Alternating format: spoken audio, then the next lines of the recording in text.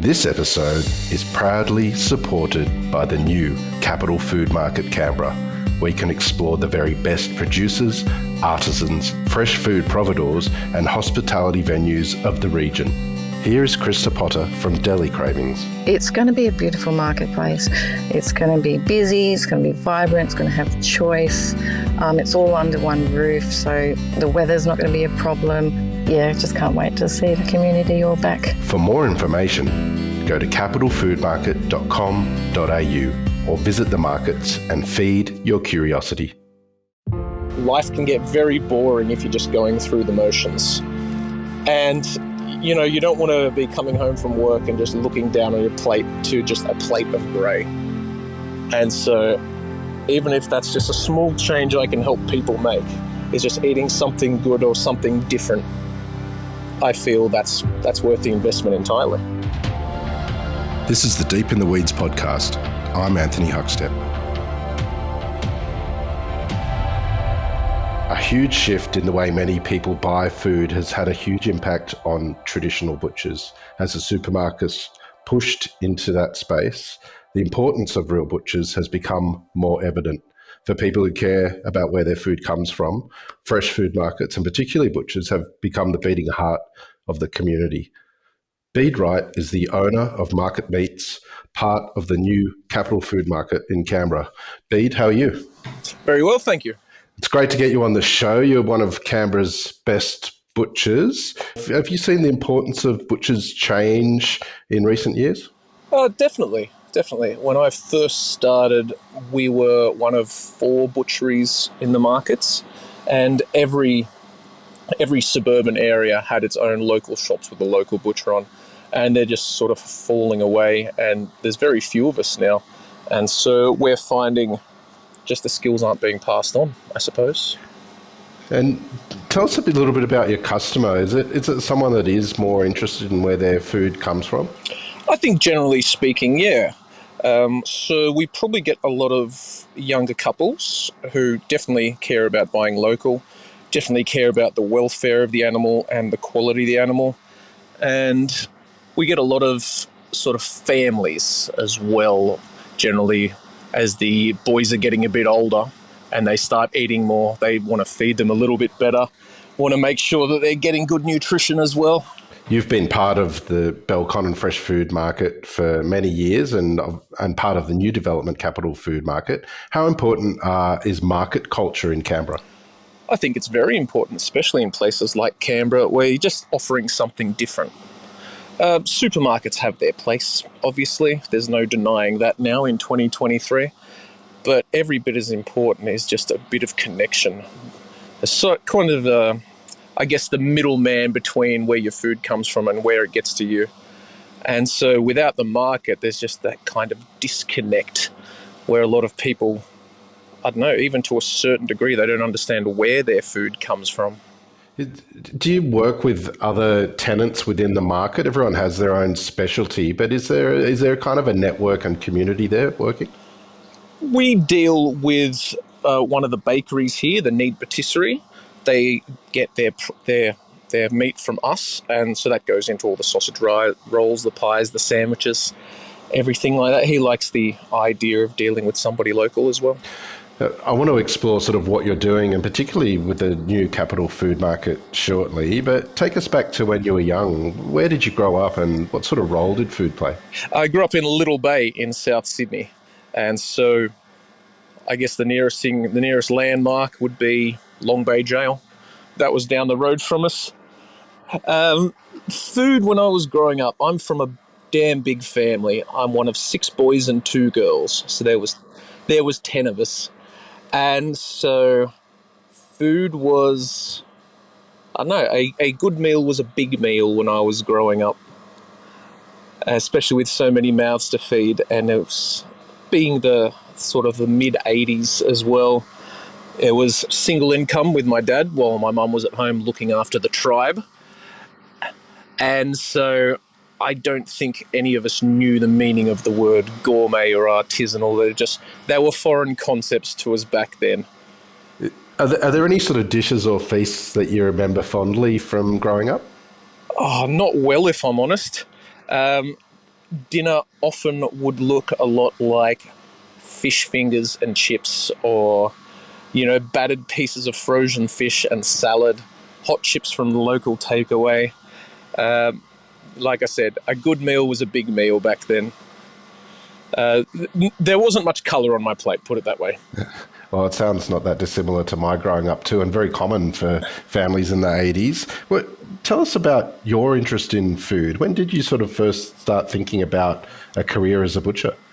Well, I kind of just fell into a career as a butcher. I got the job when I was in year 10, and I went to Darram Island, and I had a few friends whose dads worked at the butchery, and when they were looking for a cleanup boy, I put my hand up because, the idea of earning $5 for a single hour's work was just ridiculous. I was getting $5 a week pocket money, and to think that I could work all weekend and take home nearly $100 I couldn't believe it. So I kind of fell into butchery. It was never my ambition as a young lad growing up, but my interest in food, I used to cook with my mum after school a lot. So my mum was always home, and I'd get home and we'd make cakes and we'd make biscuits and we'd make slices. So I always in the kitchen with my mum when I was growing up, getting things prepared and getting the next day's lunches and sandwiches and things ready. And so they had a really good culinary school at Darram Island. So I took up food science and home science and anything kitchen related, because it was a free meal. It didn't feel like schoolwork. It was excellent. You could go there, you could cook, you can eat, you can joke around with your mates, and then, the hardest part of it was the washing up. So, yeah, that's where my love of cooking and food, and more so eating, I suppose, came from. You mentioned that you fell into butchery, but what were the really key pivotal moments for you in regards to carving a path as a butcher? When I was in year 11, 12, my grades weren't going so crash hot, and I needed to make up some points to get my qualification or get my certificate. And so I started doing work experience. So before this point, I was just working as the weekend, just washing up and serving customers. But I started doing work experience there, and so I was just learning the basics of making sausages, preparing meat, rolling rissoles. And it just turned out I had an aptitude for things like that. I was a quick learner. I was probably not overactive between the ears in terms of grey matter, but skills I could take to pretty well. And it was just rewarding that you fall into something naturally and you just have an aptitude for it. So the more I was learning, the more I was getting better, the more I wanted to learn, and the better I wanted to be. And so, I don't know, it was quite a badge of honour that after 6 months worth of work experience, I could even hold my own with people who were getting towards the end of their apprenticeship, and even qualified people on certain things. Tell us about the sort of venues you worked at, and were there any mentors for you as you sort of built your skills in butchery? I've only ever worked at the one butchery. I'm probably the least experienced butcher in all of Canberra. I have never had to do up a resume. I've had the same job here since 2000. I started during the Sydney Olympics. And so with the exception of moving venues within the markets, I've only ever had the one place. Mentors, my old boss, he was very old-fashioned, and his mindset was more quality-based. So a lot of butchers, they tend to run chop shops where it's just get it in, get it out, quick job, sell it cheap, move on to the next, where he had more of an eye for trimming and presentation, and just a bit more old-fashioned in terms of the service as well. So, learning the customers' names and what school their kids go to and what sports they play. And so for a time, yeah, he was definitely a mentor to me in terms of butchery. But there's been a lot of people who have come and gone through the years who I've picked up bits and pieces, for better or worse, from. Knife work is at the heart of great butchery. Do you remember the first time you sort of broke down a whole animal like a pig or a lamb, and what that was like for you? Yeah, that would be when I was on my work experience in year 11. And so they could tell that I had an aptitude for things, and they brought me in on a breaking day outside of my work experience just to see how I liked it.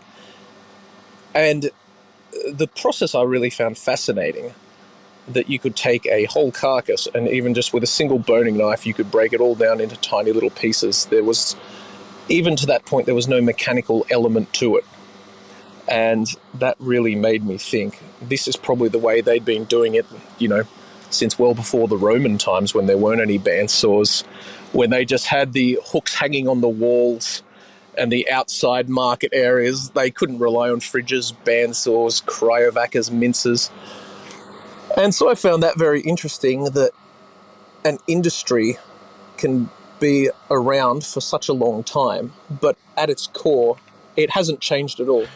You mentioned that you grew up in South Sydney, but tell us about the move to Canberra. What triggered that?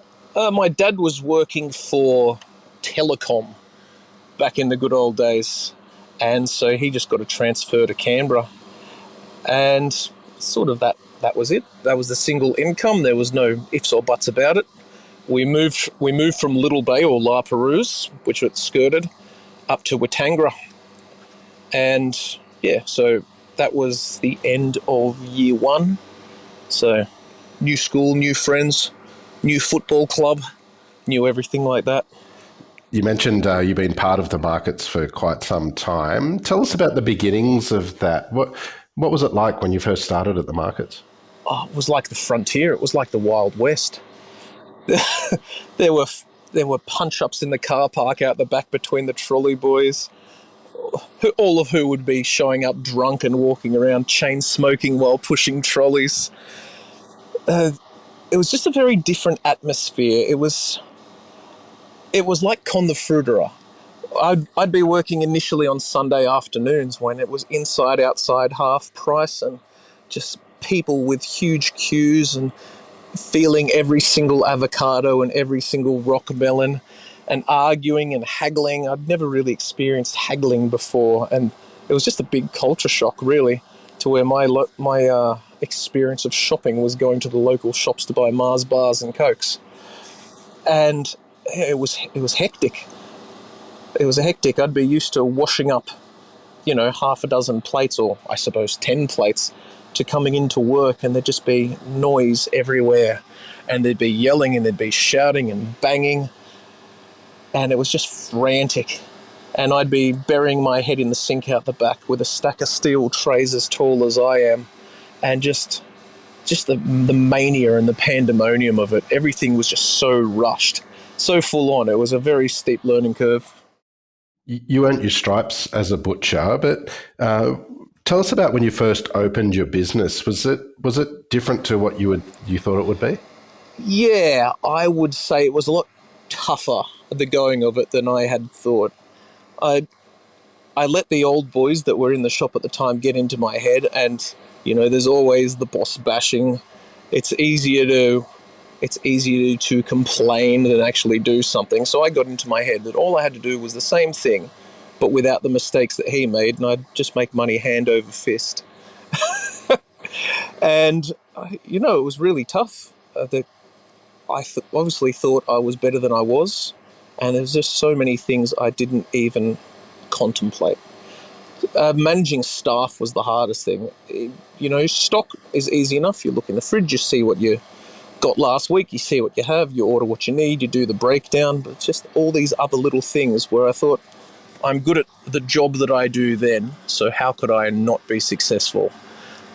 But everything else took away the time that I needed to do that job, and I just spread myself too thin. And I think I put on a pretty brave face initially, but yeah, it certainly didn't work out the way I had intended. It was a lot tougher than I thought. At that time as well, there was new competition coming into the markets who were really aggressive in terms of trying to take customers from us. And I think my attitude at the time, I was his best friend. So I think I did bigger favours for him than he did for himself, really. But I say that now, but the place that came to be our competition was more discount and more budget orientated. Those sort of chop shops where they just want in and out, get the money and do it. And I sort of decided then that this is just a fool's game. Why would I want to work 15-hour days for no money and just run myself ragged. So I decided then I wanted to gear myself more back towards the gourmet side. So care a little bit more about the product, care more about the trim standard, offer interesting cuts, but sort of more traditional things. So be more of a home cook's butchery. So there was the silver lining there, I suppose, is what helped me make my mind up about the direction I wanted to take, because the one I was taking wasn't working. Tell us a little bit about what you guys do, and I know you have connections and you're very precise about the sort of farmers and meat that you do get in. Do you have any stories of, the different sort of farmers or meat that you do get in? We've been dealing with the same people for way back. We've been dealing with them for at least 20 years. And yeah, which is just unheard of these days, where, people watch the news and they say, oh, stock prices are coming down. Chase down the cheapest thing. Well, I'm not interested in chasing down the cheapest thing to make a quick buck. I want to make sure that when I speak to the farmer and when they're sending me product, they know that if I'm going to accept it or reject it, and they know what I want. And I trade on a standard, not a price. And so we've held these relationships for a long time, and I don't want to jeopardize that, and they certainly don't want to jeopardize that either. One of the people we've dealt with a lot lately is a guy called Matt Houston. He has Houston pork and beef in Wombat. So if ever people ask if our meat is Australian, you just tell them it's from a town called Wombat, and it's conversation over. It's conversation over. And he took over from his father.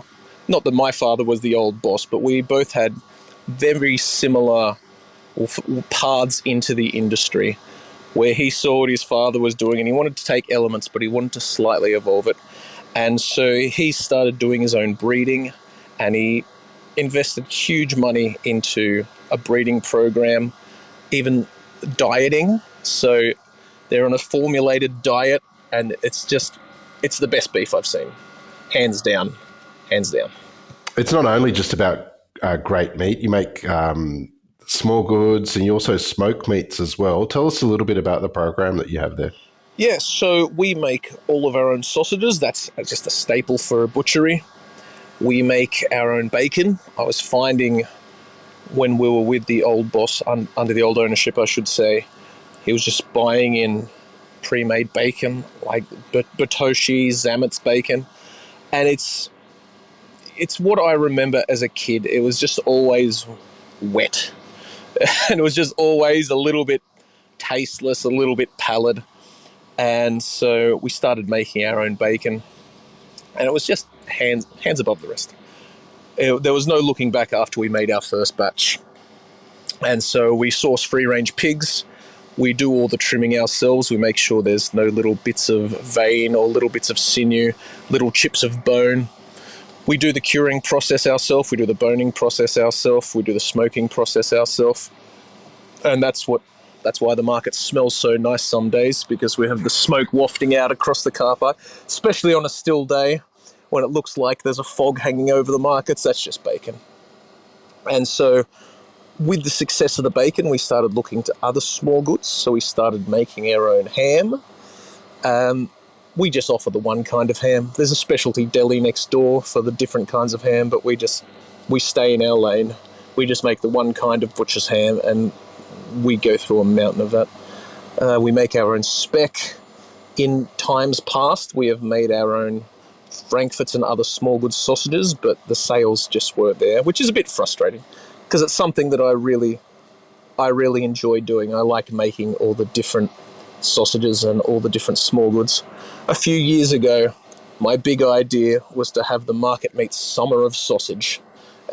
And every week we would find a different sausage recipe, be it a cured sausage, a fresh sausage, a small good, from around the world. And we had metwurst, and we had rookworst from Holland. We had a Polish kielbasa, South African boerewurst, Tunisian merguez, and every week it was just a different, and the summer of sausage. It was great. It's going to be thrown in with the summer of '69 and the summer of punk. It's just going to be great. And that's something in the new development I really want to get back into, because we kind of discontinued and pulled back from that a little bit because the sales weren't there, because the markets itself was in decline. The old markets was really starting to show its age. So when it got pulled down, it was the same age that I am now, and I think I was in better shape than the markets. And so with the new marketplace, should bring a much more a cook's crowd. And so I'd really like to get back into making our new summer of sausage and extend our small goods, because we have the equipment, we have the know-how, we have the capability, we have the time, and something I'd really like to pursue. Well, the new development has been in the works for quite a while, but it is opening soon, the Capital Food Market. What are you excited about with the new markets? I went and had a site meeting with the builders and the developers just this morning before coming on here, and it's immense. It looks great. Everything is just, even at this stage, looking so high end. And I think everybody that I've spoken to in the markets that has a stall, that's what we want. We've always had this vision of how our business should be and the kind of operation we want, the kind of clientele we want. And I think finally the two sides of that are going to mesh, whereby which we're all going to lift our game and put in that extra effort, because I don't know, there's just an air of optimism. And, you need optimism in small business. You don't want to come in and put 12 hours a day for however many days a week and all the personal and financial investment and emotional investment just to be going through the motions. And so I feel, for myself, I'm really hopeful. It looks really good. Finally, the fit out will match what we're trying to be doing in the cabinets. And it's just a really inviting place. It's just got that new car smell. It's great. Well, you've created one of the great butchers of Canberra. What do you love about what you do? I just like creating new things. It gets a bit monotonous and it gets a little bit drab if you're just cooking the same thing all the time at home. And so I like coming up with these different recipes or finding new things to make, just to keep things fresh, keep things interesting. Because, I don't know, life can get very boring if you're just going through the motions. And, you don't want to be coming home from work and just looking down on your plate to just a plate of grey. And so even if that's just a small change I can help people make, is just eating something good or something different, I feel that's worth the investment entirely. As for the work itself, I don't mind all facets of the business. Sometimes I enjoy the management side of things, when you're seeing that just a few decisions can just change your outlook. I enjoy the training side of things, when we have new staff or we have apprentices and you can tell when you're getting through to them. And just the work, I enjoy the work as well. Well, Bede, it's an absolute honour to have you on Deep in the Weeds today, to hear just a part of your story. Very much looking forward to seeing what you pull off in the new Capital Food Market. So please keep in touch and we'll catch up again soon. Thank you very much. This is the Deep in the Weeds podcast. I'm Anthony Huckstep. Stay tuned as we take a deep dive into the lives of the incredible people who ply their trade in the food and hospitality sector. Special thanks to executive producer Rob Locke for making this all happen. Follow us on Instagram at Deep in the Weeds Podcast, or email us at podcast@deepintheweeds.com.au. Stay safe and be well.